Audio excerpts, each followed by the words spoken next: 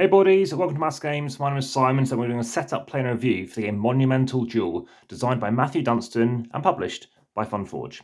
This is a two-player only game, as you can probably tell. You may have already seen my unboxing, teaser, trailer, preview video. This is completely set up. This is actually mid-game. This is in the second era. There's 3 eras in this game about trying to build wonders representing cities of various factions. I've got the Japanese set up here. I've been recently playing actually as the Aztecs, but it's slightly easier to explain the Japanese. I'll start from that perspective.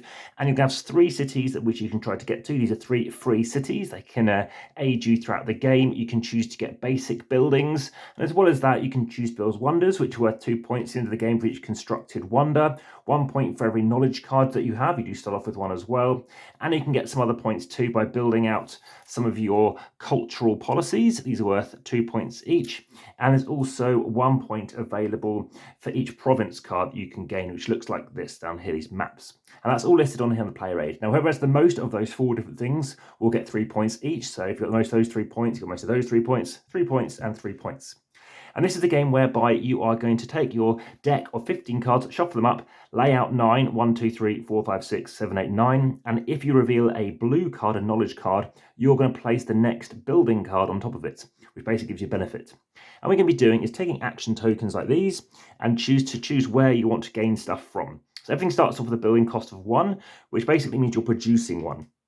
What this means is very much like a deck building game. The minimum you can gain is like 5 benefits, but you can choose to get better cards. So in this case, I've put these out here. So I'm going to get myself 2 military. I'm going to get myself 3 military in total and 5 science. So these are science tokens. We have gold. Everyone starts off with 2 gold. Culture tokens you can get. That's just in this trade version of the game. There are other versions of this game which I'll talk to you about as well. Production tokens and military. You'll be then using those tokens to then buy stuff. So in this case, I could spend 2 military over here, or sorry, 2 production to basically bring down this card, which means this can be useful for getting more military in the future.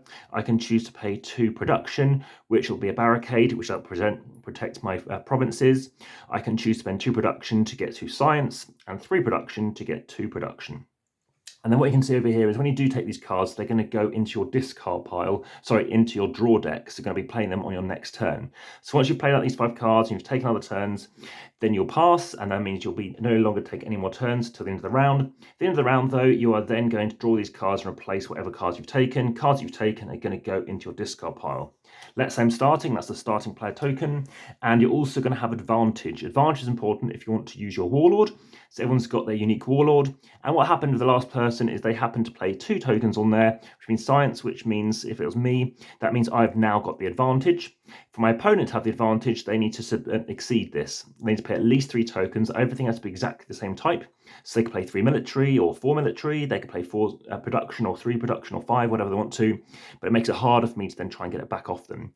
Anything that gets succeeded, well, that'll go away into the discard pile. And of course, that'll be going towards my opponent if they happen to beat me. At the end of the round, though, if they have not beaten me and it stays where it doesn't matter, whoever's got it, you'll always lose 1 token. If it goes to 0, no one has advantage. So what can you do on your turn? Well, let's say I've got the advantage. I can use my ability, so I can take an action token. Once per round, I can do this. If you have the advantage, which I do, I can trigger this then. Acquire a knowledge card for 2 fewer science. So now I can choose to get these blue cards cheaper. That's something I can do. I could use my scout, so if I want to, I can place an action token on here, and I can use my scout. Remember, I start the game off with 2 gold. I can choose to spend a gold to add it perhaps to a free city. A free city, once it's got 4 on your side, so normally I'd do it this way around. So this person has got a gold, and you might want to fight over them. As soon as it's got 4, you can take this card, and anyone else who's contributed will lose their gold to their side of that city. But what it means now in future, when I use my scout, I can trigger that card as it's down in front of me to put a card from your discard pile to the top of your deck, which is good because these cards are going to get discarded. And of course, this is better than this one because this is a starting card. This is worth 2, so it's better. That's something I could choose to do. This one is you can archive a card and discard 1 card from city. This one gains you 1 basic building. And at the end of the round, you would just replenish up as well. So like I said, 3 era game. You're going to start off with drawing out 6 cards. There's 12 cards in era 1, era 2, and in era 3, there's 6 cards. Now what's going to happen is if cards get taken and it's fewer than 3, you're going to discard 3 rightmost cards. You're going to have 3 cards, bring out more cards. And if you happen to have more than 3 cards, then what you're going to do is always come down to only being there 3 left and drawing out 3 cards.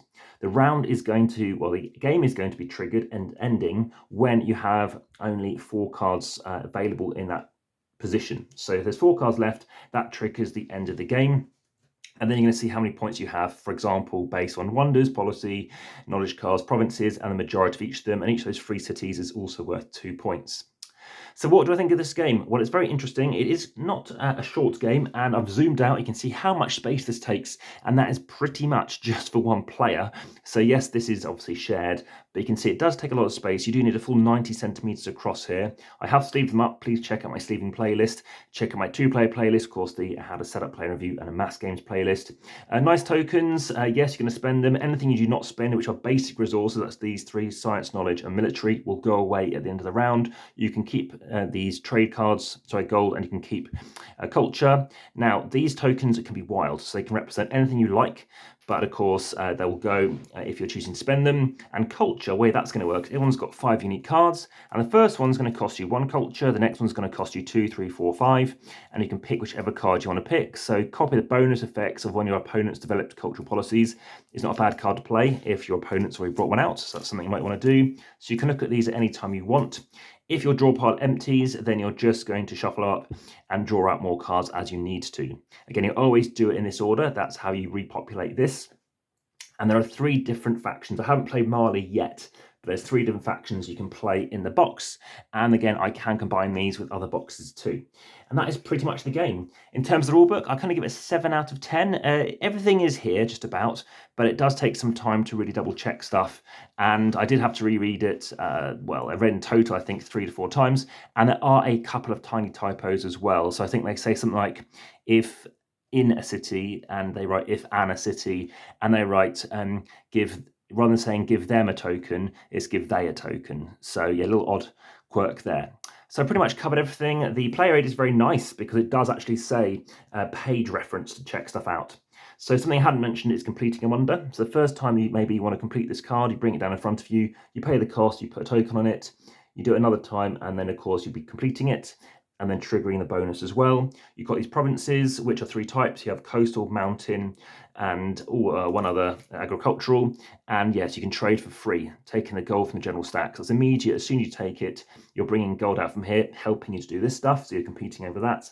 We've mentioned warlord, advantage, scout, passing, scientific progress. So there might be something here you might want to do with that as well, such as, of course, knowledge relates to this, which means obviously these are going to help you with future cards. Anytime you have knowledge, that's the kind of row or column that you want to be triggering. Obviously, there's 9 options you can pick from. I think rule of 3 makes sense, but you do need to think what's best. But typically, anything that hasn't got a 1 in it is probably what you want to do. And as for culture, to get culture, in this case, archive 1 card or pay 2 different basic resources to gain 1 culture. That's something you can be doing. So to archive a card, it's going to go under your warlord. As of yet, I haven't seen a use of placing a card underneath the warlord. But do let me know if the comments are best on YouTube, like, subscribe, and hit the notification bell. If I'm speaking too fast, by all means do slow this down or rewatch it at a different speed.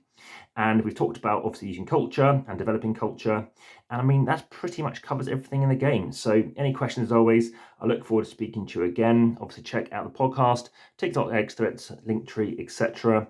I'll speak to you again soon. Obviously other FunForge games you can check out include Tokaido Duo, which is also, obviously, like I said, by FunForge, with my copy being signed by the designer Anton Bowser. So thank you very much for watching. There comes with 2 baggies in a bag. I think that's not enough. I've got extra baggies and I've placed the cards with the right orientation, ready to go. And it's not a bad thing, but in terms of knowing which wonder tier to reset the game, that is the 1 symbol, but equally you might need to look elsewhere to find it. So over here, it's the wonder levels, it's 2 and there's 1, but some cards seem to have it down the bottom as well, which can get a little confusing. So for example, for the provinces, it's the bottom right. I wish they'd be a bit more consistent, that would be better. In terms of my review, I think it's very good. I think you might like this. It does seem like it can take a while to play, but just remember, you're always losing cards, it's always speeding along, and you're into obviously gaining some level 2 wonders within a few rounds. And apart from that, yes, you are obviously competing, you're easily picking what resources to use, and it's taking a few turns before you can pass. But oh yes, you'll be passing at different speeds. You might want to go for basic resources early on and then choose to get stuff. It's really up to you. But yes, you are thinking, do you want the advantage and when do you want to trigger that to use up your resources? But yeah, speak to you again for the next video. Check out my Matthew Dunstan playlist as well. But for now, thanks for watching. Enjoy the game. Back to the table.